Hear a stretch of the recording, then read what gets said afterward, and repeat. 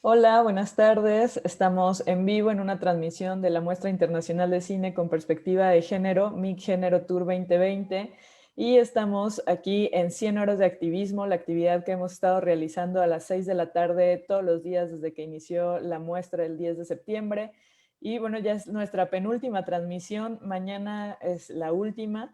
Terminamos nuestro ciclo en Filming Latino, en estas proyecciones gratuitas que hemos estado teniendo en esta plataforma.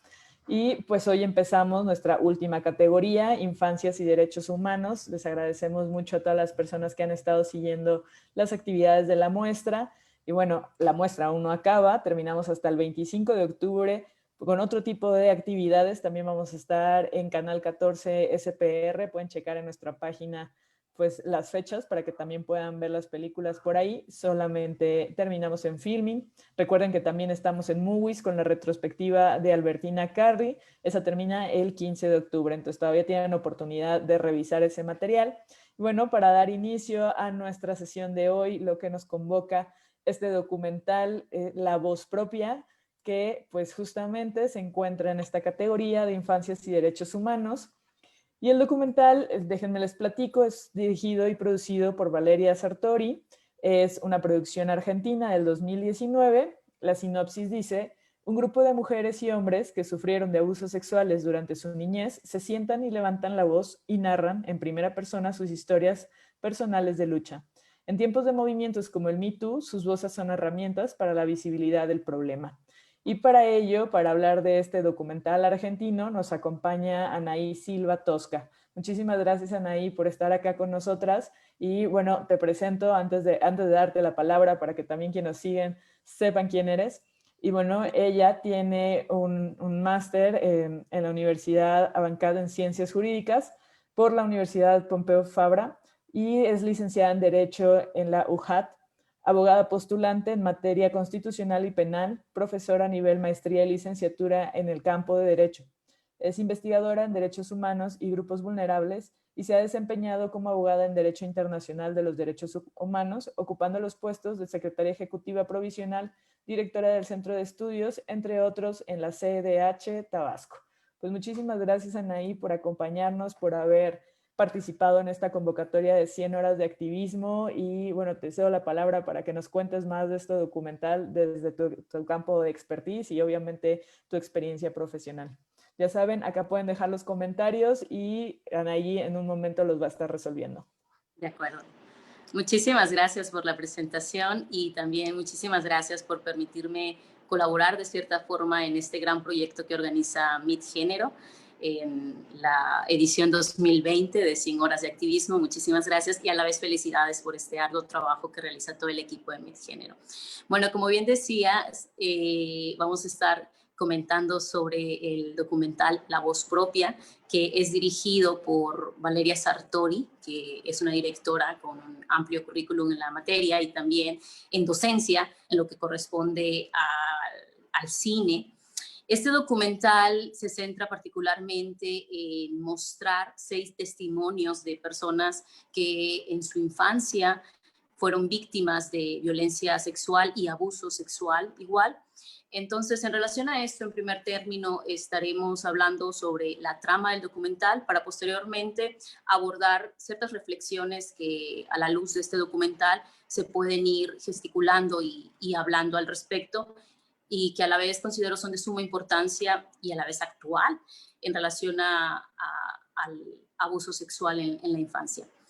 Pues bien, como ya nos contaba nuestra compañera, el documental es un largometraje y se centra en estos 6 testimonios de viva voz que cuentan estas personas que fueron víctimas de violencia sexual. En 5 testimonios particulares tienen una similitud y es que las personas que cuentan el testimonio ya son personas adultas, mayores, que se refieren a sucesos pasados que vivieron tristemente en su infancia, y hay uno más que cuenta la madre de una menor de edad que vivió estos sucesos trágicos. En lo general, me gustaría resaltar que este largometraje se desenvuelve y se creó y a la vez salió publicado en 2019. Y este tiempo es importante porque en ese periodo estuvo muy fuertemente difundido el movimiento de Me Too. Y este largometraje yo lo considero igual como un parteaguas y un ayudante de este mismo movimiento, porque sus objetivos centrales los podríamos resumir como romper este silencio y esta idea errónea que se tiene, o romper el escondite en el cual teníamos la sociedad metidos, la creencia de que el abuso sexual es un tema que no pasa, o si pasa, pasa esporádicamente y muy poco, o si pasa habrá que ponerlo en tela de juicio porque tenemos el problema de que a lo mejor el niño está imaginando o el niño está inventando un suceso que cree que vivió. Este objetivo tiene el documental de la voz propia, con el cual se enlaza a la vez con el movimiento de Me Too, que busca, más allá de vociferar los testimonios de las personas víctimas, el objetivo de este movimiento, a la par que de este documental, es hacer visible este problema, pero también ser como direccionar un mensaje de no estás solo, estamos aquí, tienes apoyo, tienes un apoyo moral y no pasa nada, te vamos a abrazar y te vamos a ayudar a salir del momento en el cual te encuentras, ya sea que estés viviendo todavía esta situación o ya hayas pasado la situación y todavía queda un punto importante que luchar por allí cuando se es víctima de violencia o de abuso sexual. Bueno, en relación a ello, como ya decía, son 6 testimonios que nos van narrando a través de la viva voz, perdón, de las personas que lo vivieron. El primero de ellos es de una persona que se llama Mariposa Blanca. Este nombre, la persona se lo puso, se lo adquirió, se renombró Mariposa Blanca, y esto es muy bello porque ella lo hizo como un símbolo de reconstrucción de su vida, como un volver a empezar. El nombre que sus padres le habían dado, ella no quiso portarlo más, considerando principalmente que ella fue víctima de violencia sexual en la infancia por sus progenitores.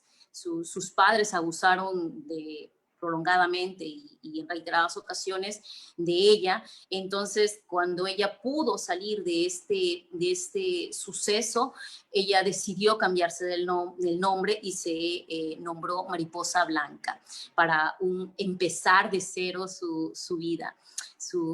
Escribir una nueva historia y olvidar un poco esta historia que había ella estado viviendo en la infancia. Entonces, ella fue abusada por sus 2 padres y a los 14 años ella tuvo que realizarse un aborto domiciliario como consecuencia de una violación de su padre. Y dentro de las expresiones o cosas que externa en este documental Mariposa Blanca, ella dice que estuvo viviendo momentos tan marcados que hicieron que tuviera un bloqueo mental. Ella de pronto hay años en los que los vivió perdidos, y después de todos estos sucesos que ella vivió de violencia sexual, ella cayó en la drogadicción, ella también padeció bulimia, y bueno, en la actualidad ella se cuenta como una sobreviviente de estos hechos, y también reflexiona a la vez ella que ser víctima de violencia sexual socialmente es considerado como pobre persona, su vida se le ha arruinado, y ella hace una especial reflexión allí, que más adelante me gustaría detenerme en ello también para abordar un poco más sobre esto. Dice, es que debemos de olvidar esta idea de que la víctima es una pobre persona, olvidar la idea de que esta persona se le ha arruinado su vida por completo.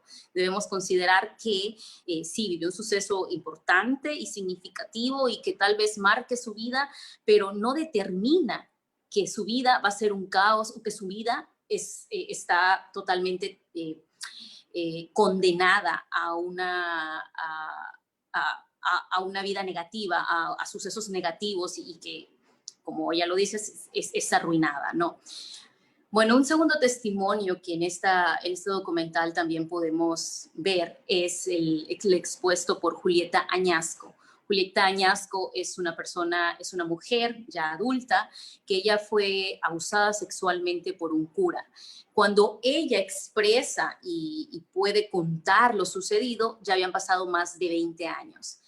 Y aquí hay algo importante resaltar igual porque nos encontramos con los problemas sociales que una víctima encuentra cuando después de mucho tiempo de haber, por una parte, vivido este suceso y por otra parte, de ya haberlo padecido, se atreve encuentra el valor para decir, fui víctima de abuso sexual, que es el caso de ella, que 20 años después, más de 20 años después, dice, fui víctima de abuso sexual, lo denuncia y además lo hace público. Y esto, hacerlo público, fue un tanto obedeciendo a una necesidad, porque el cura, si bien era cura, y se supone que los curas deben de vivir en una iglesia, este cura no vivía en una iglesia, vivía en un domicilio particular lejano a la iglesia, y curiosamente el domicilio estaba frente a una escuela primaria. Entonces la víctima relata, Julieta nos cuenta que cuando ella empezó con este caso a hacerlo público, la comunidad, los vecinos del agresor se pusieron en su contra un tanto y dijeron, bueno, pero ya pasó tantos años, ¿por qué hasta ahora vienes y recuerdas este suceso que ya tiene muchísimo tiempo? Además, mira, es un pobre anciano, es una persona que tiene más de 80 años, pobrecito.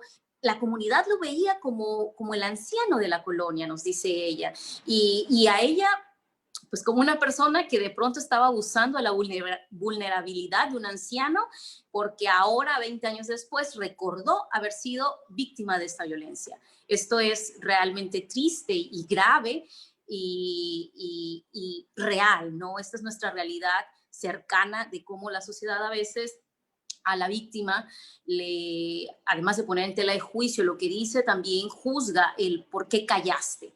Y este callar lo vamos a tratar de conversar un poco más adelante porque es importante en este documental. Justo es el eje central, el callar cuando te suceden estas cosas, ¿no?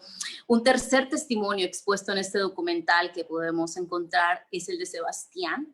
Este es un hombre también mayor, adulto, que después de 10 años de haber sido abusado sexualmente por un religioso que a la vez era su profesor, se atrevió a hablar. Esta persona, Sebastián, a los 13 años fue abusado sexualmente por el que acabo de nombrar y 10 años después, frente a un amigo de su confianza, se atrevió a contarle lo sucedido. Para su fortuna, el amigo le apoyó, le creyó en lo que él decía, no juzgó, no puso en tela de juicio su dicho y además lo animó a hacer algo al respecto, a buscar justicia. No obstante, nos cuenta Sebastián que cuando los hechos sucedieron, cuando él tenía 13 años y esta persona, este profesor y religioso abusó sexualmente de él, era sabido, él sabía que habían otros compañeritos a su alrededor que también estaban siendo o que habían sido abusados sexualmente. No obstante esto, él no se atrevió en ese momento a contarlo ni siquiera a sus padres, a contar lo sucedido. Lo ocultó hasta después de 10 años y en el caso particular de él, afortunadamente, el agresor fue sentenciado a 20 años. Y lo importante aquí de este testimonio que nos cuenta Sebastián, o lo que podemos subrayar como una cuestión negativa social o una evidencia de los errores que como sociedad cometemos cuando se suscitan estos hechos, es que él dice que uno de los motivos que lo orilló a callar es que justo en aquel entonces estaba viviendo en el lugar donde él vivía un hecho que era público y conocido en el medio futbolista, y él jugaba fútbol, de un entrenador que había abusado de un menor de edad, pero la sociedad ponía en tela de juicio el dicho del niño y apoyaba de cierta forma a la persona adulta, al agresor. Entonces, él encontró que de pronto eso le podía suceder a él, que lo iban a juzgar y que no le iban a creer, y pues entonces él prefirió callar para no verse inmiscuido en una situación como la que ya estaba pasando cercana a su entorno social. Y además también él reflexiona y dice, también era importante que en ese momento, y yo agregaría que actualmente todavía es algo que adolece nuestra sociedad, en ese momento estaba muy firmemente arraigada la idea de que ser hombre era símbolo de ser fuerte, de no vas a llorar porque eres hombre. Y por tanto, si tú eres víctima de violencia sexual o de un suceso similar que te ubica como un grupo extremadamente vulnerable, entonces es una especie de mérito hacia la persona. Por lo tanto, todas estas cuestiones jugaron en contra para que él no pudiera expresar lo que sucedió. Un cuarto testimonio que se expresa en este documental es el de la madre de una niña que fue abusada sexualmente por su progenitor. Ella cuenta que la niña no se lo contó de viva voz. Lo que pasó es que la madre lo advirtió a través de los dibujos de la niña. Nos dice la madre que la niña dibujaba al padre desnudo y dibujaba penes por todas partes. Eso le hizo ruido a la madre y lo llevó con la psicóloga de la niña, y la psicóloga concluyó que había un alto porcentaje de probabilidad de que la niña estaba frente a un suceso de abuso sexual o quizás violencia sexual, ¿no? En un primer momento, cuando la madre empezó el proceso judicial, pues le dio la razón en el sentido de que prohibió las visitas de la menor con el progenitor, pero posteriormente ella nos va relatando su experiencia ante el Poder Judicial, y tristemente es lamentable porque, por ejemplo, la policía puso en duda lo que la niña le decía, y es más, la policía de manera indirecta le dijo que si en verdad estaba segura de eso, porque luego lo que pasaba es que hacían falsas denuncias por cuestiones de revancha, por cuestiones de problemas internos maritales, o en caso de ellos que se trataba de un matrimonio separado, ¿no?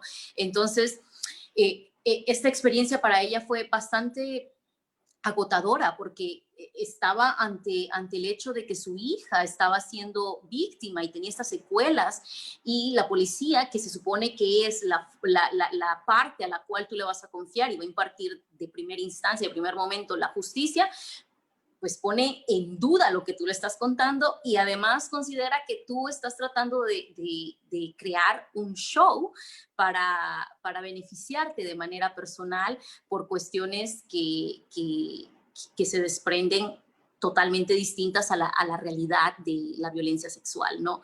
Posteriormente, ella también nos cuenta que después, en el proceso judicial, no le fue muy bien, a pesar de que la niña en el proceso de la Cámara GESE pudo demostrar y dejar evidencia de que sí había sido víctima de violencia sexual. Finalmente la decisión del juez no fue a favor de la niña, sino benefició de cierta forma al agresor. Y bueno, la niña, según nos cuenta la madre, vivió momentos verdaderamente estresantes, los cuales orillaron a tomar la decisión de la propia madre con sus padres de enviar a la niña a otro lugar para ponerla a salvo, porque la niña no quería ver a su agresor, no concebía que después de alrededor de un año de haber pasado por este proceso judicial, pues en resumidas cuentas no le creyeran y le dieran la razón al agresor, y ahora, arriba de eso, tendría ella que convivir con el agresor después de todo esto que se desenvolvió. Un sexto testimonio, y este es el último un quinto testimonio, es el de Rocío Girat. Rocío Girat es una joven que fue víctima de violencia sexual por su progenitor. Ella nos cuenta que en reiteradas ocasiones intentó suicidarse y también escapar de su casa. Ella se considera una sobreviviente, y esto es algo que me gusta mucho, ¿no? Porque ella reflexiona y dice: yo no soy una víctima, yo soy una sobreviviente de la violencia sexual y soy sobreviviente porque pude ser capaz de salir adelante de todo lo que conlleva vivir estos episodios de violencia sexual. A la vez, le hacen la entrevista a la que actualmente es su pareja y que también fue víctima de violencia sexual. Ella fue abusada, fue violada por muchos años, desde sus 3 años hasta los 19, por 2 personas familiares que vivían en la misma casa, en la casa habitación donde ella vivía. Y también nos dice la pareja Rocío Girard que no era solo ella la que era abusada sexualmente, sino también sus otras 2 hermanas. Y esta persona hace una reflexión y dice, quien es víctima de violencia sexual tiene 2 casas. 2 mundos. Una donde vives, la cual es tu casa, y otra, ese mundo que experimentas cuando sales de esta prisión en la cual se siente de pronto la persona que es víctima de violencia sexual en la que está viviendo. Entonces, cuando sales, y fue el caso particular de ella, te sientes libre, tan libre que quieres hacer de todo. Pero esta libertad que tú de pronto sientes que eres dueño de ella y sientes que la gozas, cuando llega el momento en que tú decides hablar y decir que fuiste víctima de violencia sexual, juega en tu contra, porque la sociedad dice, bueno, pero ¿cómo es que tú fuiste víctima de violencia sexual si tú eras una rebelde, si además tú pues, siempre viviste la vida muy feliz y siempre andabas sonriendo a la vida, siempre sonreías? ¿Cómo es que vas a decir que en ese tiempo que tú eras tan alegre, fuiste víctima de violencia sexual? Y aquí vemos nuevamente poner en duda la palabra de la víctima por circunstancias que son estereotipos, que son costumbres arraigadas y que devienen a la vez de esta cultura machista y de esta cultura de discriminación y desigualdad que actualmente vivimos y que hemos venido arrastrando y que hoy pagamos aún las consecuencias de ello, que se tienen avances loables, pero aún estamos muy arraigados con estas cuestiones culturales, principalmente patriarcales y machistas, que se dejan ver en situaciones como esta y que no solamente afectan a la cuestión de género, no es un problema estructural, cultural, que solo va a afectar a las mujeres, que solo va a afectar a los que son víctimas de abuso sexual, que solo va a afectar a las personas trans, no. Esta cultura negativa afecta a la estructura de lo que es una sociedad democrática, la pone en debilidad, la pone en detrimento, que genera daños a las otras esferas y no solo a estos sectores. Bueno, como les dije en un principio, ahora me gustaría empezar a hacer un par de reflexiones que en el transcurso de este documental me empezaron a surgir y que me gustaría externar con ustedes. Empezando por el nombre del documental. El documental se llama La Voz Propia. En un principio, quizás si vemos el nombre así, digamos, La Voz Propia, no me puedo vislumbrar completamente hasta dónde va a tener el objetivo, hasta dónde va a llegar a llenar este documental.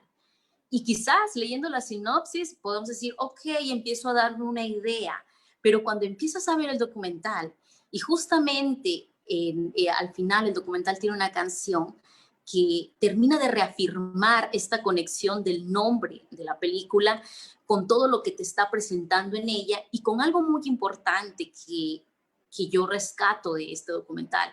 El gran problema que se tiene cuando hablamos de abuso sexual.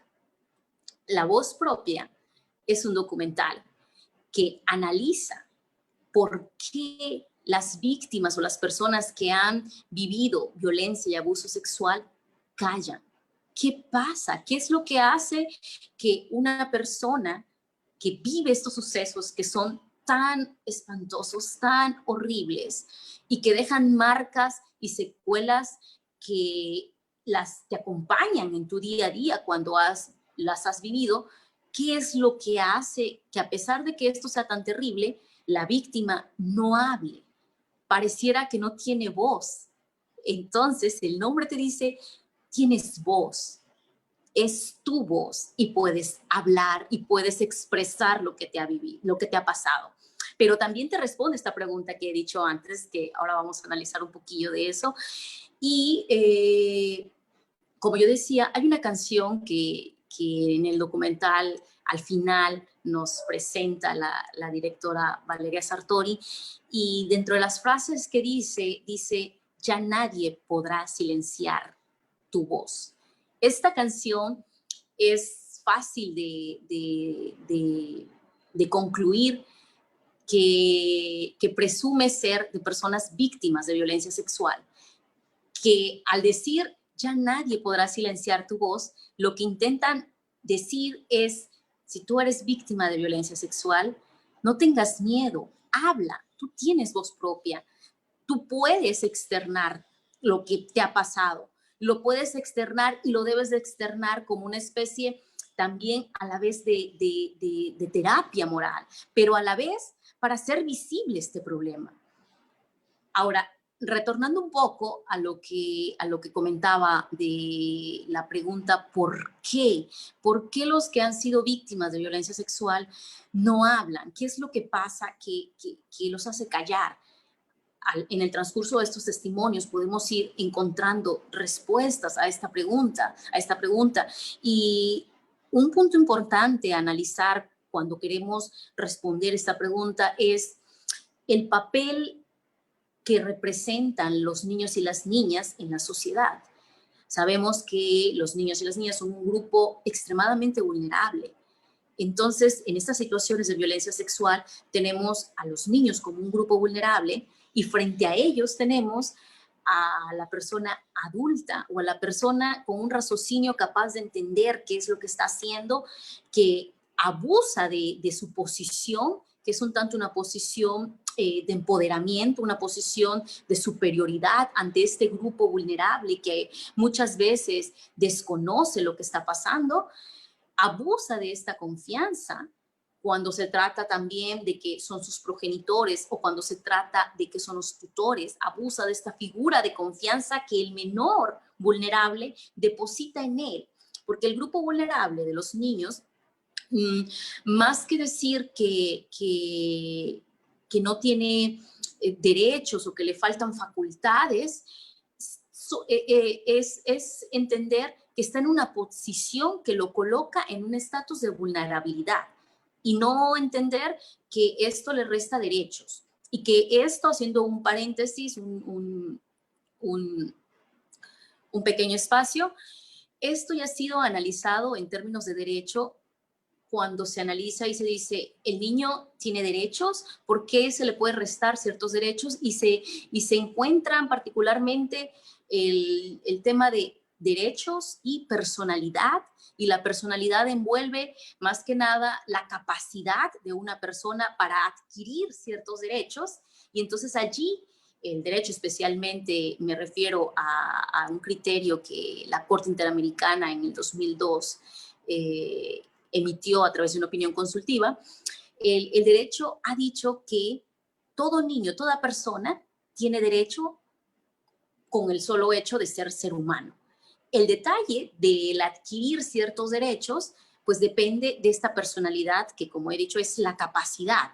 Y ciertamente la capacidad va acompañada de un grado de madurez, que cuando se tiene cierta edad, a lo mejor pensemos de 0 a 3 años, de 5 años a 12 años, y así podemos irnos, pues las capacidades son distintas y son de cierta forma este grado de madurez es un poco menor cuando se trata de edades muy cercanas a 0, 5 años, etcétera. Por lo tanto, es ahí un poco la controversia de poner en un segundo plano, socialmente hablando, a los niños. De allí viene esto de que la sociedad considere que el niño es un segundo plano, y en este segundo plano es una persona que no interesa, no es un interés particular que la sociedad tenga en atención, en escuchar qué le pasa al niño, qué tiene, qué te duele, qué dices, yo te creo. ¿Por qué? Porque lo tachamos con este estigma de que sus capacidades son inferiores. Y con este estigma también va acompañado el no creer lo que nos dice. Y a la vez, cuando hablamos de violencia sexual, hay un abuso por parte del que comete la violación sexual. Hay un abuso de saber que el niño se ubica en esta situación y con ubicarse en esa situación, en primer lugar, quizás no va a entender lo que pasa, y como ni va a entender lo que pasa, no va a poder explicarlo, y además, cuando lo vaya a explicar, la sociedad, bajo esta idea que acabo de decir, no le va a creer o va a pensar que es producto de su imaginación, etcétera, etcétera.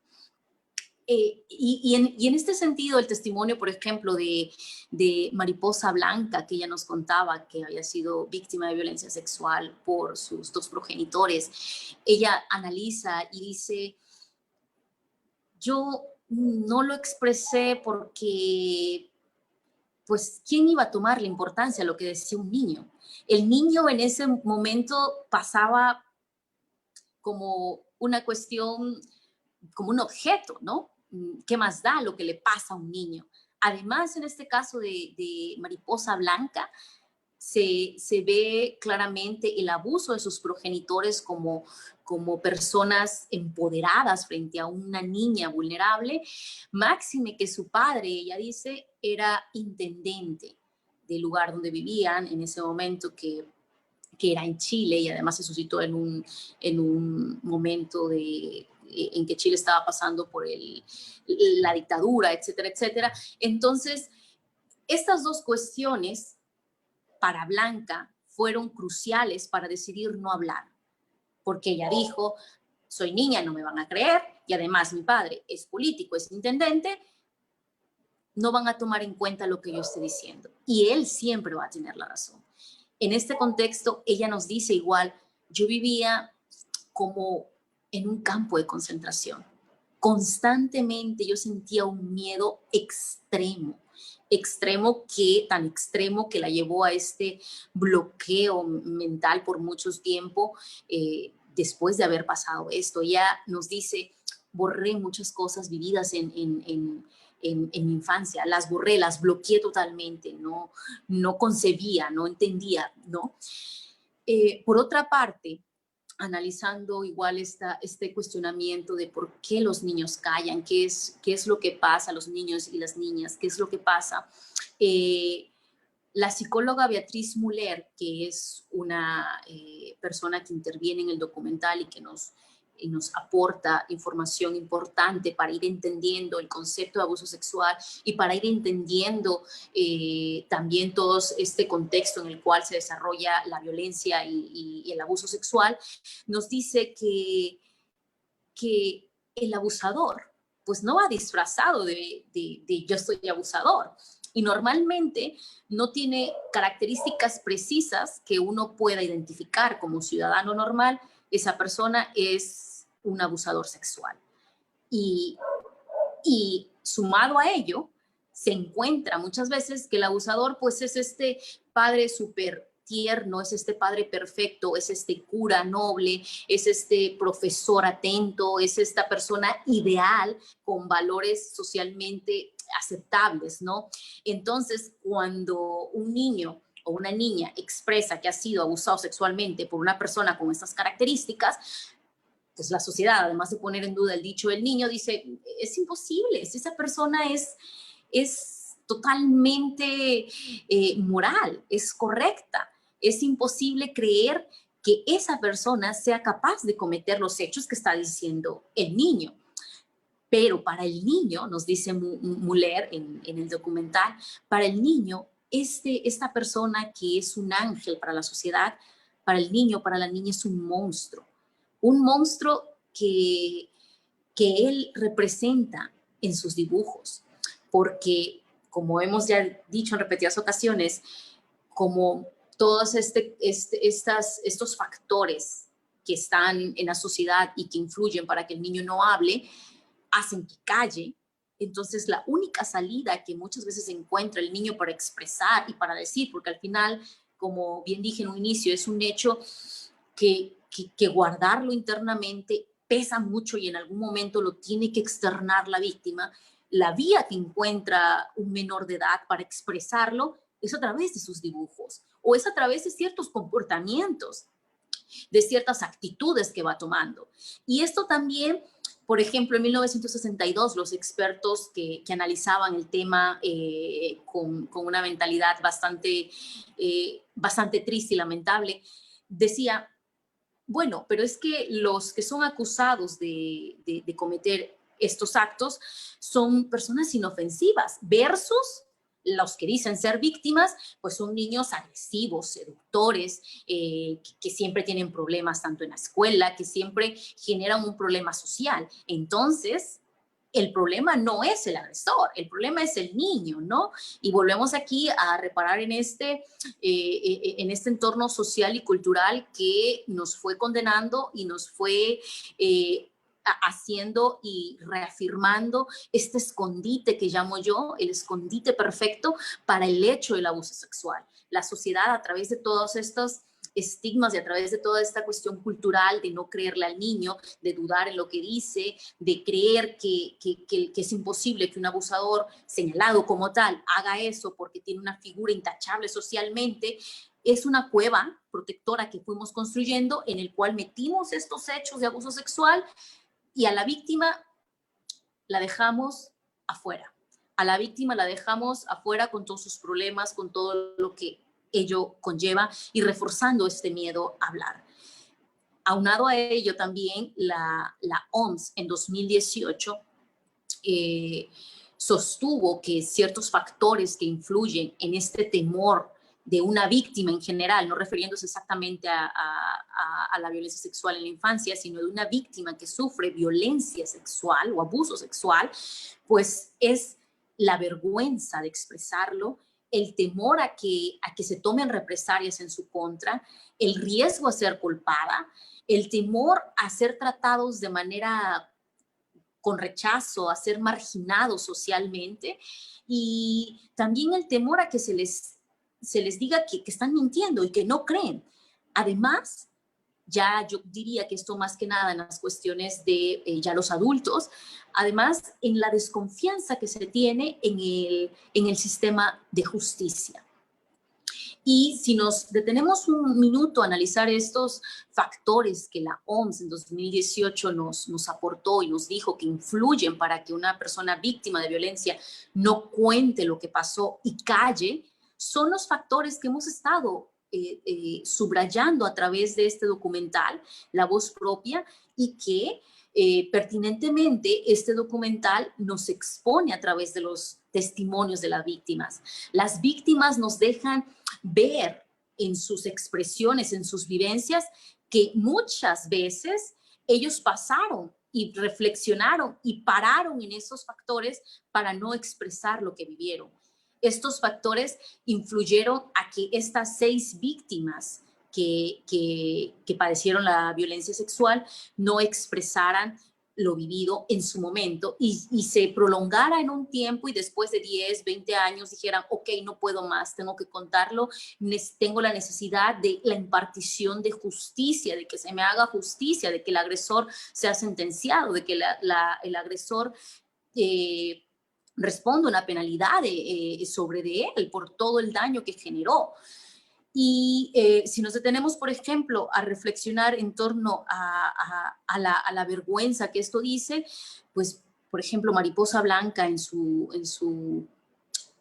testimonio que nos expresa a través de este documental, para en ello y dice, es que socialmente el ser víctima de esto es sinónimo de una vergüenza, es sinónimo de que te van a tachar como una persona pobre que su vida se terminó. Además también, por ejemplo, y algo que me gusta mucho de uno de los testimonios que es el que da Rocío Girat. Rocío Girat dice, vamos a detenernos un momento y a dejar de pensar y escandalizarnos cuando hablemos de abuso sexual, porque pensemos que esto sucede a cada momento y le sucede a más personas de las cuales nosotros tenemos conocimiento.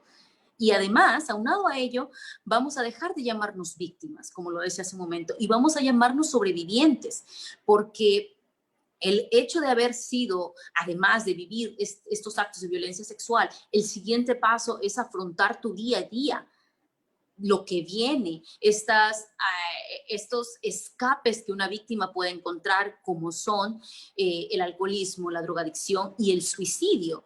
Girard nos dice, yo intenté suicidarme 2 veces. 2 veces, ¿por qué? Porque encontraba que mi vida no tenía más sentido por todo lo que había vivido y entonces yo lo que quería es acabar con mi vida. Por todo ello es que ella dice, después de haber pasado todos estos baches, de que sufrí tantas cuestiones y estoy aquí y puedo hablar y contar lo que me pasó, entonces yo no me llamo víctima, yo soy una sobreviviente. Y yo creo que ese es un buen punto para reflexionar y para hacernos recapacitar nosotros como sociedad y decir, es cierto, vamos a dejar de decirles víctimas, vamos a llamarles sobrevivientes. Ellas son personas valientes que sin desearlo y sin quererlo y sin provocarlo, ellas vivieron un suceso que marcó su vida, que les generó ciertas consecuencias psicológicas y muchas veces físicas, como el caso de alguna de las víctimas que mencionábamos, que tuvo que hacer un aborto domiciliario. Les trajo muchas consecuencias que ya las pasaron, ya están en recuperación o ya se recuperaron. Entonces, ya no más víctimas. Ellas son sobrevivientes de toda esta gran lucha. Ellas son sobrevivientes de esta guerra que les tocó enfrentar sin ellas pedirlos y sin ellas buscarlo. Son sobrevivientes. Y en este mismo sentido, y deteniéndonos un poco a analizar el sistema de justicia, que es uno también de los factores, como nos marca la OMS, uno de los factores que influye en el momento de que una víctima tiene que decidir si hablar o callar, es uno de los factores que influye para callar. Yo diría que hay un factor también que es frecuentemente nombrado tanto por las víctimas en el documental y nombrado por los expertos que participan en este documental, y es el punto de si el menor que ha sido víctima de violencia sexual miente o no miente. Es decir, la credibilidad del dicho del menor víctima de violencia sexual. Y en relación a esto y tomando lo que nos ha dicho el testimonio de Girard, de que ya no los veamos como víctimas, sino como sobrevivientes, yo creo que en este sentido el sistema de justicia a nivel universal, no solamente para México, debe reflexionar y debe un tanto me atrevería a decir, de dejar de ser egoísta y en esta aceptación de humildad, decir, ok, en mis manos, sistema de justicia, está el decidir si hay un hecho que se pueda constituir como abuso o violencia sexual, pero si bien está en mis manos, tengo que aceptar que la decisión final y crucial queda en manos de los expertos en psicología o en medicina forense. Y en esta aceptación, yo diría que, que no empecemos a preocuparnos tanto por el punto de si el menor miente o no miente. Hay casos en los que sucede y en la materia de litigio se ve, hay casos en los que sucede que el menor miente por influencia de un adulto o por cuestiones X o Y, pero también, como lo dice en el documental, un ex juez federal de Argentina lo expresa en el documental, este porcentaje de menores de edad influenciados por adultos o X o Y razón que miente es muy, muy bajo comparado con los casos que tenemos de abuso sexual. Y eso los que han hablado, porque estamos en el entendido de que la mayoría de los casos la víctima no es capaz de expresarlo por los factores que ya estábamos comentando. Entonces, si es cierto, hay casos en los que la víctima puede ser que mienta o se ha dado, pero es muy, muy bajo, tan bajo que el experto, el ex juez federal en la materia, en el documental dice, no llega ni al 1%. Y en este entendido también lo que yo considero es, ok, no nos detengamos a ver si miente o no miente. No es como que lo crucial en la cuestión del abuso sexual. Lo importante aquí es que estamos tratando con menores de edad. Y hablando en términos de justicia, cuando tenemos un tema de abuso sexual, el sometimiento, los estudios y todo a lo cual el menor de edad es sometido es realmente tedioso, cansado y llega a revictimizar a los niños y a las niñas. Entonces, en el entendido que hemos dicho, vamos a enfocarnos a priorizar que los psicólogos y los médicos legistas realmente en ellos está el poder de determinar si ocurrieron o no estos hechos y vamos a dotarlos de las herramientas idóneas, adecuadas y necesarias para que hagan un trabajo que no entorpezca ni la dignidad, ni la integridad física ni moral del niño o de la niña. No vamos a preocuparnos tanto por si está mintiendo o no. Vamos a detenernos en que son niños o son niñas y van a entrar en un proceso judicial que, suponiendo que sean víctimas, este proceso judicial las puede revictimizar. Y si pensamos que no son víctimas y está envuelto en esta situación que es muy baja, remarco el porcentaje, podemos generarle un daño psicológico igual a la víctima, al niño y a la niña, porque lo vamos a inmiscuir en un proceso en el cual le vamos a empezar a generar preguntas, le vamos a hacer una serie de estudios legistas que pueden generar un trauma a la niña o al niño y pueden entorpecer al final del día su desarrollo. Entonces, como he venido diciendo, lo importante aquí es, por una parte, el sistema de justicia, que en esta humildad de aceptar que la mayor prueba y la prueba más fuerte queda en manos de los psicólogos y del médico legista, priorice este sector y se olvide de las cuestiones políticas y las cuestiones personales que pueden volver un litigio. Personales me refiero a las cuestiones que se pueden derivar del problema de entre padre, madre, familiar, etcétera, y priorice que está ante los niños y que ese sea su eje central y preocupante, y con esta preocupación los proteja y con esta preocupación genere una adecuada impartición de justicia. Y con esta preocupación, las cámaras GESEL, a la cual refería una de las madres de la niña víctima, en realidad sean efectivas. Y con esta preocupación no se pida un doble testimonio del niño, no se pide una nueva doble revisión ginecológica del niño. Y yo terminaría diciendo y resaltando cerrando que el nombre del documental encierra todo esto que he tratado de expresar y reflexionar a través de este medio, y resaltar que este título de La Voz Propia realmente envuelve el gran problema que tenemos en el abuso sexual infantil, que es que callamos. Y este problema a la vez está robustecido, está firmemente arraigado y alimentado por estas cuestiones culturales que hacen ver que el niño miente, estas cuestiones culturales que ponen a la víctima como una pobre persona, estas cuestiones culturales que ponen en tela de juicio si la madre está queriendo entrar en disputa con el padre. Como decía el propio juez federal, ¿por qué cuando tenemos un tema de robo de vehículo, por ejemplo, no ponemos en duda o no cuestionamos y qué tanto estaba usted presumiendo su vehículo? O un robo de reloj, ¿y qué tanto usted estaba presumiendo su reloj? Pero cuando tenemos un tema de violación sexual, sí empezamos a dudar, bueno, a ver, ¿y qué tanto el niño era rebelde? ¿Qué tanto la niña era provocativa?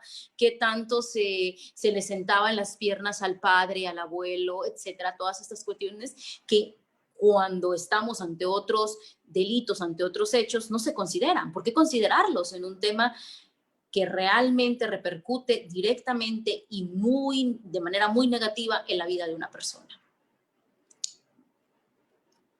No sé. Muchas gracias, Anaí, por esa desmenuzada tan particular de la película, de este documental La Voz Propia, que para quienes no la han visto pueden todavía hacerlo hoy y mañana hasta medianoche en Filmin Latino de manera gratuita. Aquí en el post está el link directo para que puedan aprovechar. Yo creo que ya después de escuchar a Anaí todo el mundo tiene ganas de hacerlo. Y pues justamente mencionaste cosas muy importantes como la poca credibilidad que se tiene, ¿no? A las personas, sobre todo a estas personas que no son sujeto, ¿no? Pareciera que no son sujeto de derecho porque no están dentro del ser hegemónico masculino, ¿no? Como son las mujeres y las personas menores de edad, ¿no? Entonces, sí, esta poca credibilidad, como dices, hasta por, ¿no? Esto que decía el juez de si no estaba enseñando el reloj o algo así, ¿por qué a eso no se le da esta, esta credibilidad? Y también como en el estilo el estereotipo de la víctima perfecta, ¿no? Justamente que lo mencionas, que si no está triste, que si no presenta intentos de suicidio, que si entonces lo hemos visto una y otra vez en los casos recientes en México, ¿no? Como de se hizo revisión de sus redes sociales y entonces parecía que andaba de fiesta y entonces su denuncia de acoso o de violencia sexual no es válida, ¿no? O sea, porque no parece que está traumada, ¿no? Por decirlo así a manera sencilla. ¿Y cuántas personas han salido libres bajo ese entendimiento, ¿no? Y que lo dicen hacia el final también, son muy pocas las sentencias que se consiguen y de las que se consiguen el número de años es mínimo, ¿no? Y que terminan saliendo con permisos o por buena conducta o cosas así. Y la dinámica que presentan en el documental a mí me parece pues muy potente, ¿no? Esto que se hace la pregunta de cuántas personas aquí den un paso adelante quienes conocen a una persona que ha sido víctima de violencia sexual y todas las personas dan un paso, ¿no? Lo dice la chica al explicarlo, todos conocemos a alguien que ha sido víctima, ¿no? De acoso o de abuso sexual y luego den un paso adelante quienes conozcan que algún abusador ha sido enjuiciado, ¿no? Que está cumpliendo una pena por ello y nadie avanza, ¿no? Porque justamente el sistema está entre la poca credibilidad y el mal sistema de justicia que seguimos manteniendo, ¿no? Donde justamente, bueno, estos casos son en Argentina, pero que se espejean perfectamente en México, donde al acercarte a buscar una justicia, pues eres la primera persona juzgada y no accedes, ¿no? No puedes acceder a ello. Entonces, está terrible, ¿no? Para ir cerrando, quiero leerte algunos comentarios que nos ponen en esta transmisión de Facebook. Tienes muchos saludos y felicitaciones. Te manda a saludar Maya Baeza y Freddy Alfonso. Saludos, maestra Naí. También Vázquez Monterrey dice, problemas principal dentro del núcleo familiar, por eso tienden a tomar atajos a problemas pasajeros. Mel Mojeno dice, así es, quienes sufren de abuso en la infancia y no fuimos escuchados, tenemos que aprender a afrontar esa realidad solos y con la vergüenza de eh, haber sido ignorados con el miedo de que al hablar en la adultez se nos victimice y se nos tenga lástima. Exacto. Y Guille González, hola Nay, saludos. Lisbeth Tosca, saludos. Abril Lagunas, siempre un gusto aprender de usted. Mel Mojeno, siempre tan dispuesta y con las palabras adecuadas para ser escuchada e interpretada con éxito. Maestra Naim. Celsin Nuria dice, ¿qué herramientas o estrategias pueden usar los psicólogos que trabajan dentro de instituciones que atienden abuso sexual en la infancia para evitar caer en la revictimización? Te leo otra de una vez para que contestes ambas. Les perites son expertos en ciertas áreas y les jueces en leyes, por eso tienen a su cargo la resolución de las sentencias. En ese sentido, las periciales no pueden determinar un juicio, son medidas probatorias. Lo que sí se puede hacer es mejorar los procesos al momento de la valoración de menores, evitando la revictimización. Y Lisbeth Tosca, muy buena transmisión. Ok, Ahora sí. muchas Gracias. comentarios a Muchas gracias por los comentarios. Muchas gracias. Bueno, tengo dos preguntas que creo que son las que expresaron al último, en relación a los protocolos y los procesos. Voy a empezar con la última, que lo que entiendo es este comentario de que al final del día el que tiene la última decisión pues es el juez. Y esto es cierto, ¿no? Yo trataba de subrayar esto en la reflexión, que actualmente pues la última decisión está en manos del juez y que el sistema judicial y el sistema de justicia debe adoptar este sentido de humildad y en esta aceptación de humildad darle mayor valor a las pruebas tanto psicológicas como periciales, pero a la vez que le dé mayor valor, porque al final esas son las que van a determinar si hay un abuso o no sexual. Esas son las que él al final del día va a interpretar estas pruebas. Y a la vez que se le dé valor a ellas, también se empiece por dotarles de las herramientas adecuadas, dotar de los médicos especialistas en la materia y dotarle, como comentaba y hacía pregunta una persona, de los protocolos idóneos a utilizar. Y en relación a los protocolos, la propia Naciones Unidas ha realizado múltiples trabajos que nos ha expuesto a través de resoluciones, a través de opiniones consultivas en materia de los derechos del niño, con la Comisión de los Derechos del Niño, en la cual nos ayuda a decir los parámetros que hay. En el caso de México, por ejemplo, tenemos protocolos hechos por la propia Suprema Corte de Justicia que nos dan luz de decir cuáles son los ejes a considerar. Y también la propia Corte Interamericana de Derechos Humanos, en opiniones consultivas, en resoluciones de múltiples casos, ya nos ha dejado ver este análisis en el cual se debe uno detener para valorar el testimonio de las víctimas de violencia sexual, del cual yo remarcaría el no revictimizar a las víctimas. ¿Por qué? Porque en uno de los testimonios que nos daba la madre de una de las niñas víctimas decía que la niña fue sometida a la cámara Gesell y que aún con ello después la hicieron volver a contar su testimonio ante el juez y que cuando sucedió esto, pues la niña se sintió muy cohibida y no pudo expresar lo que ya había expresado durante el procedimiento de la cámara Gesell. Y al final de cuentas le dieron mayor valor probatorio a lo último. Y esto no debería ni siquiera haber sucedido, ¿no? Porque no tienes que revictimizar a la víctima. Contar el hecho de violencia sexual es muy difícil por todos los factores que habíamos dicho.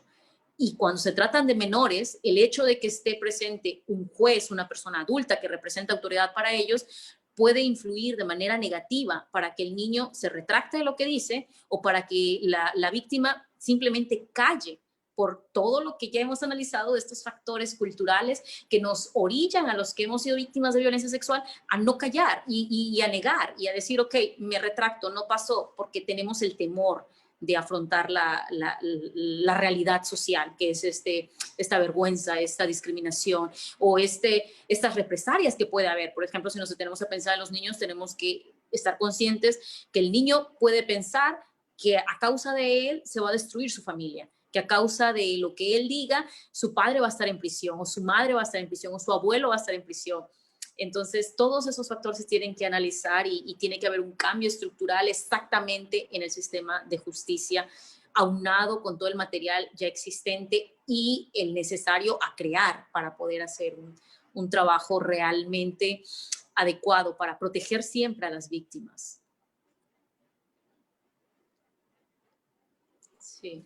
La otra pregunta era de qué herramientas o estrategias pueden usar las psicólogas que trabajan dentro de instituciones que atienden abuso sexual para no caer en revictimización.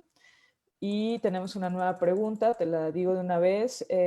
¿Considera usted que la denuncia pública, redes sociales, TV, etcétera, en casos de delitos sexuales podrían traer una pena para el agresor y sobre todo una reparación de daño integral de la víctima cuando los hechos se cometieron a un menor tiempo atrás, son de consumación instantánea? Ok, esa está bastante larga. Bueno, en relación a la de los protocolos, mencionaba que la propia ONU ha creado bastante material a través del Comité de los Derechos del Niño, en el cual nos brinda parámetros para poder entender de qué forma debemos de tratar a las personas víctimas de violencia sexual, y específicamente el Comité de los Derechos del Niño pues se aboca a analizar este tema en cuestión de personas víctimas que son niños y niñas. Y también en un momento comentaba de una opinión consultiva de la Corte Interamericana. En esa opinión consultiva, la Corte Interamericana de Derechos Humanos nos analiza el tema del interés superior del niño y a la vez empieza a analizar el proceso judicial, el proceso judicial en el cual intervienen los niños, y también nos regala pequeñas luces de cómo debe de ser esta intervención.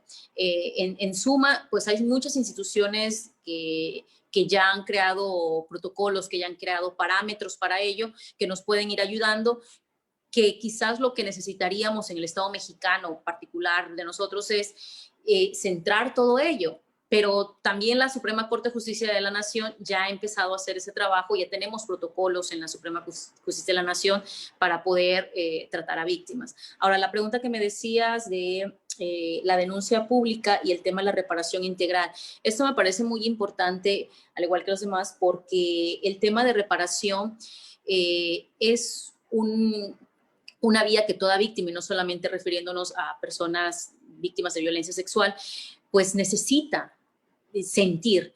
Cuando alguien interfiere en tu vida, alguien interfiere en tu esfera personal, cuando alguien te genera un daño, y como el caso de violencia sexual pueden ser daños físicos y daños morales y psicológicos, lo mínimo que espera una víctima es que se haga justicia en relación a lo que le hicieron. Es como, en palabras comunes, me generaste un daño, lo justo es que tú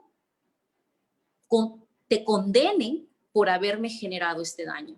Eso en un principio. Y la misma Muller, la psicóloga experta que interviene en este documental, nos reflexiona y nos dice que al final las sentencias a los agresores es una medida terapéutica para la víctima. Y yo agregaría que también es una medida de reparación del daño para esta víctima. Y aunado a ello, me dice la persona que el hacerlo público, pues yo creo que aquí de alguna forma podríamos entenderlo igual como una reparación del daño a la víctima. Quizás no completamente integral, porque en mi opinión personal, si hablamos de una cuestión integral, es ya un todo. Es que realmente hemos generado las medidas adecuadas para que todo el daño generado sea reparado totalmente. Entonces, sería una de las vías adecuadas para que la víctima sienta que se le ha tomado en cuenta. Inclusive, por ejemplo, la Corte Interamericana, cuando resuelve sus casos en cuestión de violaciones a derechos humanos de manera general, en la mayoría de los casos, ella pide que el Estado condenado, y no me estoy solo refiriendo a casos de violencia sexual, sino de manera general, el Estado condenado haga pública la sentencia y haga un acto público en el cual se disculpe por los hechos cometidos. Y ahora recuerdo que una de las víctimas que expone su vivencia en el documental nos dice: yo esperaba todo el tiempo que mi papá me pidiera disculpas. Y quería eso porque él había hecho algo que me había dañado y yo esperaba que él me pidiera perdón y nunca lo hizo.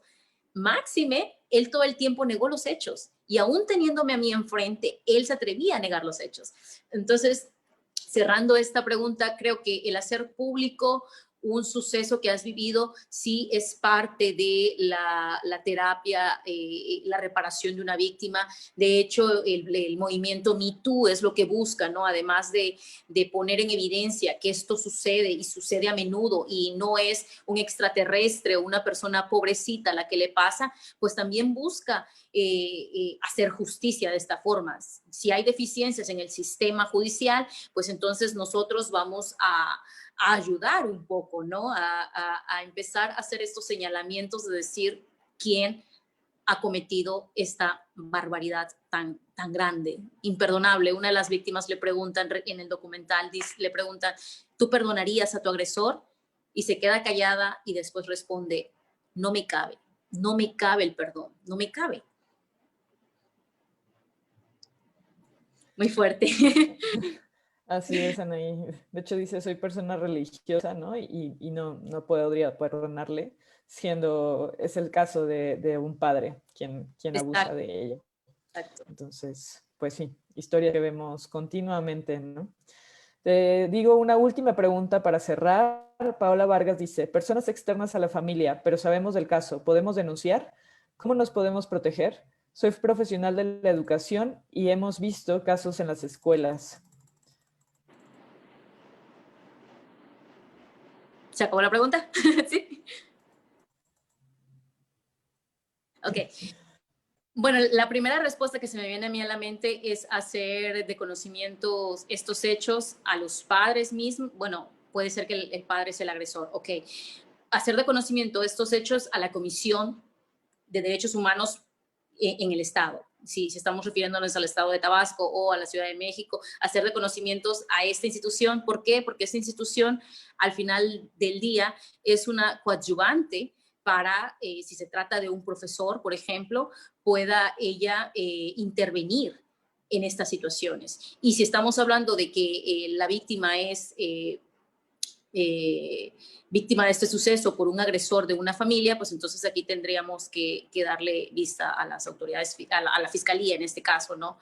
Y sí, sí se puede hacer por ejemplo, un profesor puede ir a anteponer una queja a la Comisión de Derechos Humanos y decir, está ocurriendo esto, y eso pasa en repetidas ocasiones, temas de profesores que abusan de los alumnos, de las alumnas, porque claro, también algo a subrayar importante aquí que se me pasaba por alto, es que el abuso sexual no excluye géneros, no excluye ni condición social, ni género, ni nada. Esto sucede en todas las trincheras, esto sucede a niñas, esto sucede a niños, y sucede como lo contaba, ¿no? En las iglesias, en las escuelas, en todas partes, tristemente. Así es, Anaí, es una problemática social pues constante que tenemos todas las personas la responsabilidad también de estar asumiendo, ¿no? Así como se defiende los derechos de la infancia, completamente de acuerdo, justamente espero que salgan las personas que defienden los derechos de la infancia con los carteles diciendo no más abuso, ¿no? No más abuso sexual Claro. infantil, ¿no? No solo otras demandas. Y bueno, pues llegamos a nuestra hora de transmisión, ya nos pasamos de nuestra hora de transmisión. Por ahí todavía quedaron muchos saludos para ti, te puedes dar la vuelta a Muchas irlos leyendo en gracias. particular. Y pues muchísimas gracias por esta charla, tu tiempo que nos compartiste desde tu expertise para hablar de este documental argentino La Voz Propia.